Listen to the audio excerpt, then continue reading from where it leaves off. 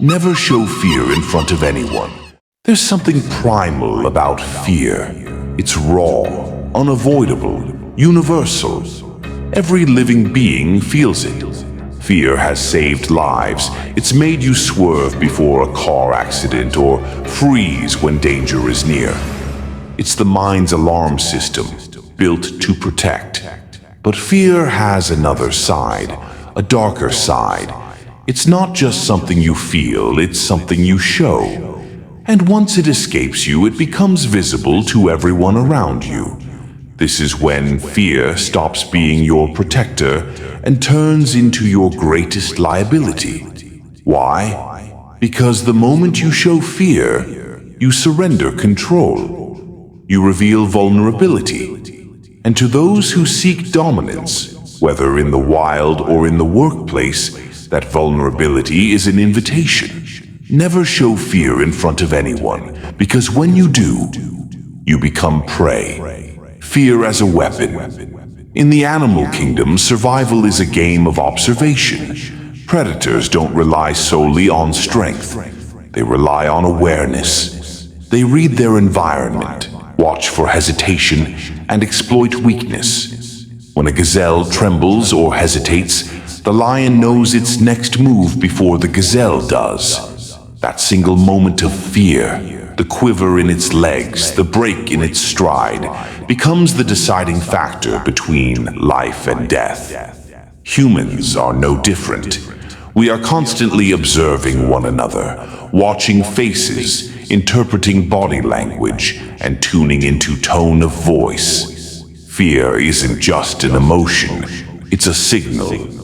And when you send that signal, consciously or not, someone, somewhere, will see it as an opportunity to pounce. Fear doesn't always announce itself in dramatic ways. It's often subtle, the slight tremor in your voice, the avoidance of eye contact, the hesitation in your words.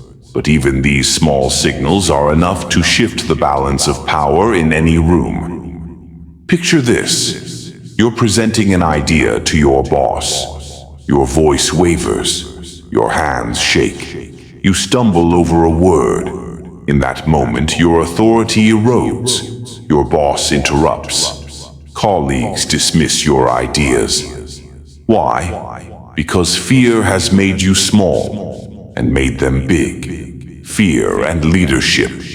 Throughout history, leaders have understood the contagious nature of fear. Fear spreads like wildfire. It infiltrates a team, an army, a nation. And once it takes root, it paralyzes action and collapses morale. Consider a general leading soldiers into battle. If he falters, if his voice wavers, if his hands shake, his troops lose faith. And when faith is lost, the battle is already over. Winston Churchill once said, "Fear is a reaction. Courage is a decision." During the Blitz, as bombs rained over London, Churchill addressed his people with unwavering confidence. He was not fearless, no one is, but he refused to let his fear show. His composure became the foundation of his leadership. Because he stood firm, so did the people. When the odds seemed impossible, his calm conviction made survival seem inevitable. Fear in everyday life, the hidden power play. Fear isn't just for battlefields and boardrooms. It operates quietly in the background of our daily lives. It's there in the meeting when you let someone talk over you. It's there at the party when you hesitate to speak up. It's there in the hallway when you avoid confrontation. But here's the harsh truth. Fear doesn't just affect you, it empowers the other person. The moment someone senses your fear, the power dynamic shifts. They become bolder, stronger, more dominant. Even children understand this instinctively. Imagine a child trying to scare an adult, yelling, stomping, testing boundaries. If the adult reacts nervously, the child pushes harder. But if the adult remains calm and composed, the child retreats. Adults are no different. When you show fear, you grant others permission to dominate. But when you hold steady, you disarm them completely. The psychological impact of fear. Fear doesn't just affect your relationships, it affects your mind. It clouds your judgment, makes you hesitate, and forces you to second-guess yourself. Michael Corleone said it best in The Godfather Part 3. Never hate your enemies, it affects your judgment. The same is true for fear. When you let it control you, you lose clarity, you lose strategy, and ultimately, you lose the game before it begins. Transforming fear into strength. So, how do you fight fear without letting it show? The answer isn't to suppress it, it's to transform it. Fear is energy. It's a surge of adrenaline, sharpening your senses and preparing you to act. Instead of letting it paralyze you, use it. Channel it into focus. Let it fuel your strength and amplify your awareness. Fear, when harnessed, becomes your greatest ally. Think of a fighter before a match. Do you think they aren't afraid? They are, but they've trained themselves to transform that fear into precision, speed, and power. They don't let it show because they know their opponent is watching and waiting. The practice of composure.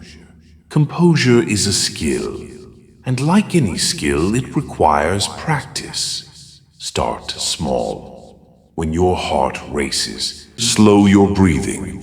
When your hands shake, clench and release them. Maintain steady eye contact, even if it feels uncomfortable. These small actions teach your mind a powerful lesson. You are in control. With each act of composure, you gain strength. And the more you practice, the more natural it becomes. Soon, no matter what's happening inside, the world will see only your unshakable calm. Fear is a part of life. You can't escape it, and you shouldn't try. But you can master it. You can decide how it shapes you, how it defines you. The next time you feel fear creeping in, take a breath, hold your ground, and don't let it show. Because the person who controls their fear controls the room, the situation, and ultimately their destiny. The world doesn't need to see your fear, it needs to see your power. What do you think? Share your thoughts below. And if you're ready to unmask the shadows in your life, hit that subscribe button. Together, we'll navigate this journey with clarity and trust.